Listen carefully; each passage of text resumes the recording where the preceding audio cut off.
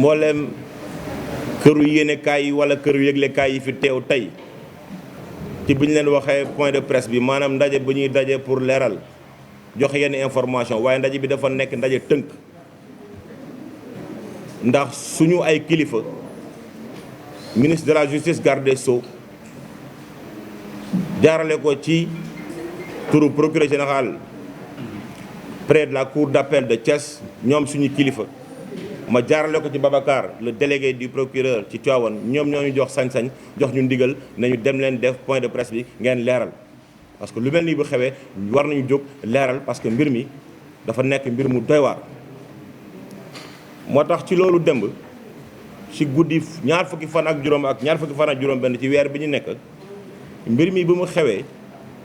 ci hôpital bu ñuy wax Maam Abdoul Aziz Dabakh ci Tivaouane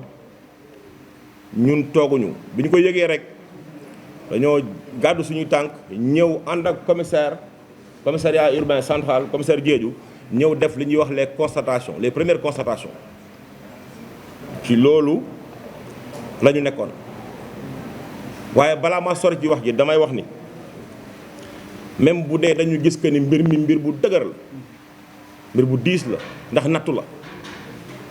ñu ngi jaale kilifa gu mag gi xalifa général des Tidianes ñu ngi jaale aussi ñi nga xam ni ñoom la ci seen njaboot génn àdduna naam sax njaboot yëpp ñun ñoo ko bokk ñu ngi jaale peuple sénégalais bi yëpp te xam ni lii dafa metti waaye dañuy ñaan yàlla di wax rek inna lillahi wa inna ilayhi rajiun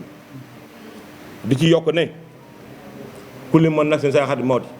kullu man alayha faanin bakkan bu mos dund di nga mës a dee. yi ñaan yàlla xare suñu bébé yi yàlla xare leen àjjana ñi nga xam ne dañ leen tuddee ay malayka. waaye balaa ñuy sori ci wax ji dama bëgg mu leer tuuti dañuy def ce qu'on appelle les constatations matérielles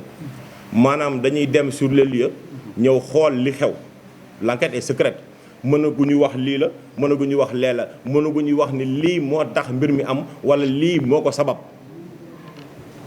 dañuy bàyyi ba enquête bi pare bu enquête bi pare dinañ xam lan moo waral mbir mi jéyee ji fan la jóge ce qu'on appelle l'origine incendiaire. dama ciy yokk ne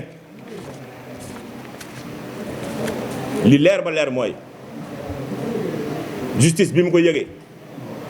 justice dafa autosaisir li ñuy wax la possibilité les prérogatives d'autosaisine dañ ko yëg déplacé wu dem def ci liñ ci war a def te ñu ngi koy def waaye na leer ni justice li mu ci war a def yëpp dina ko ci def képp ku sa loxo taq ci mbir mi nga xam ne sa responsabilité dañ koy engagé justice dina ko liggéey ni mu ko war a liggéey correctement et de la façon la plus légale. Cet incendie qui a occasionné la mort de 11 bébés à l'hôpital Mame Abdoul Aziz Sy Dabakh de Tivaouane. Tout d'abord, je tiens à préciser que s'il est évident de constater qu'il s'agit là d'un véritable drame, nous nous inclinons devant la mémoire de se rappeler à Dieu en présentant nos condoléances les plus attristées et les plus sincères au khalife général de Tivaouane et également à l'ensemble des familles éplorées. On prie pour que le bon Dieu Allah subhanahu wa ta'ala accueille ses anges au paradis. Que cependant, il y a à préciser qu'à ce stade de l'enquête, où il n'y a que des constatations matérielles qui sont en cours d'être relevées par des éléments de la police scientifique et technique de la DIC, qui a eu à travailler avec le commissariat urbain de Tivaouane en opération combinée, nous ne pouvons pas pour le moment, ou bien ce serait trop prématuré pour nous aujourd'hui, de se prononcer sur les causes réelles de cet incendie, sauf à attendre la clôture de l'enquête. Bien évidemment, nous sommes des juristes, des maîtres de poursuite. Nous sommes tenus par une obligation. Mais ce qu'il faut dire avec certitude, c'est que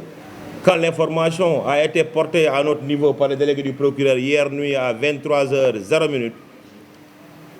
nous n'avions ménagé aucun effort. On s'est déplacé rapidement pour faire un transport sur les lieux, venir travailler avec le commissaire Diédhiou, d'ailleurs que je félicite, parce qu'il est en train de faire un excellent travail. On s'est déplacé pour venir faire les constatations d'usage, pour vous montrer ô combien on accorde un intérêt particulier à ce drame. C'est ainsi que la justice s'est autosaisie. Et je vous assure que la justice sera implacable. Voilà grosso modo ce qu'on peut vous dire actuellement en attendant la clôture de l'enquête qui est en train de suivre son cours. D'ailleurs, hier, le commissaire Diédhiou a procédé à des auditions. 6 personnes ont été déjà entendues. Ils sont en cours d'enquête. Comme l'enquête est secrète, nous sommes tenus. Je vous remercie de votre attention.